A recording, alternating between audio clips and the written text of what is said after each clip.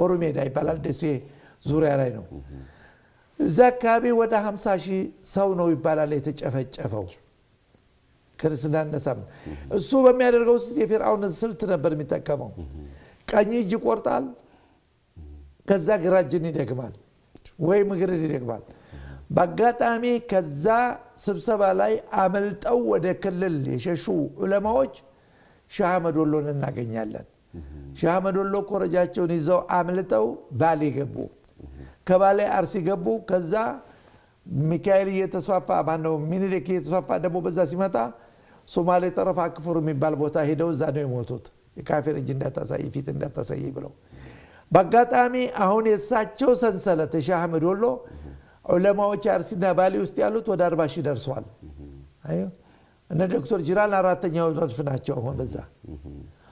ሌላው ሼህ ዑመር ሲባ የሚባሉ ነበሩ ዓሊም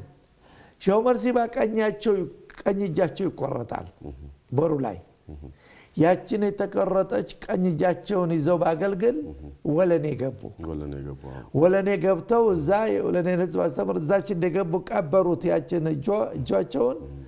እዛው ሙተው እጃቸው ተቀበረበት ላይ እሳቸውም ተቀበሩ ሼህ ዑመር ሲባ ወለኔ ውስጥ የገቡት እና እዛ ቦሩ ላይ ለምሳሌ እንደማንም ጭፍጨፋ በሰፊው አካሄደ ምኒልክ ከዚህ በኩል መጥተዋል ከደቡብ ከሸዋ በኩል ምን አለ እዛ በንግግሩ ላይ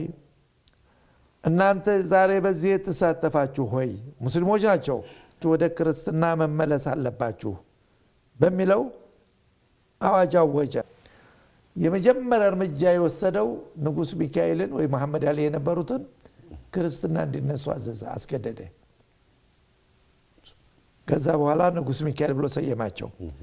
ቀጥሎ አባዋጣው የሚባሉት አሁን ሞሬ በኑ አንድ ብሔር ጎሳ መሪ ነበሩ እሳቸው እንዲነሱ አደረገና መሐመድ አሊን እሱ ራሱ ቀጥታ እኔ መንፈሳዊ አባት ነኝ አለው አከፈረው ምኒልክ ደግሞ ወደ ወሬ በኑ ሄዶ አባዋጣውን እንዳከፍሩ ተደረገ ኃይለ ማርያም ብለው ሰየሙት አባዋጣውን ደጃዝማች ብለው ማረገም ሰጡት አሁን ከዛ በኋላ ለምኒልክ ምን ይታዘዛሉ እንትና ዮሐንስ በለሄን ያከፈርኩትን ልጄ መንፈሳዊ አባቱ ሆንኩኝ ንጉስ ሚካኤል ልጅህ እንዳረው ብሎ አዘዛቸው ቴዎድሮስ ነው አዛዡ ቴዎድሮስ ዮሐንስ አዘዘ የልጅ ኢያሱን እናት ሸዋረግ ጋር እንዲያገቡ ተደረገ አዩ ንጉስ ሚካኤል ከዛ በኋላ በዚህ ማልተብቃቃም ያንን ካከፈረ በኋላ እነዚህ መሪዎቹን የጎሳ መሪዎቹን ለያንዳንዳቸው ትእዛዝ ሰጣቸው በዚህ በአካባቢያችሁ ውስጥ ያሉትን ሙስሊሞች በ3 አመት ውስጥ ክርስትና ካልተነሱ አገር ለቀው እንዲወጡ አለ መመሪያ በ3 አመት ውስጥ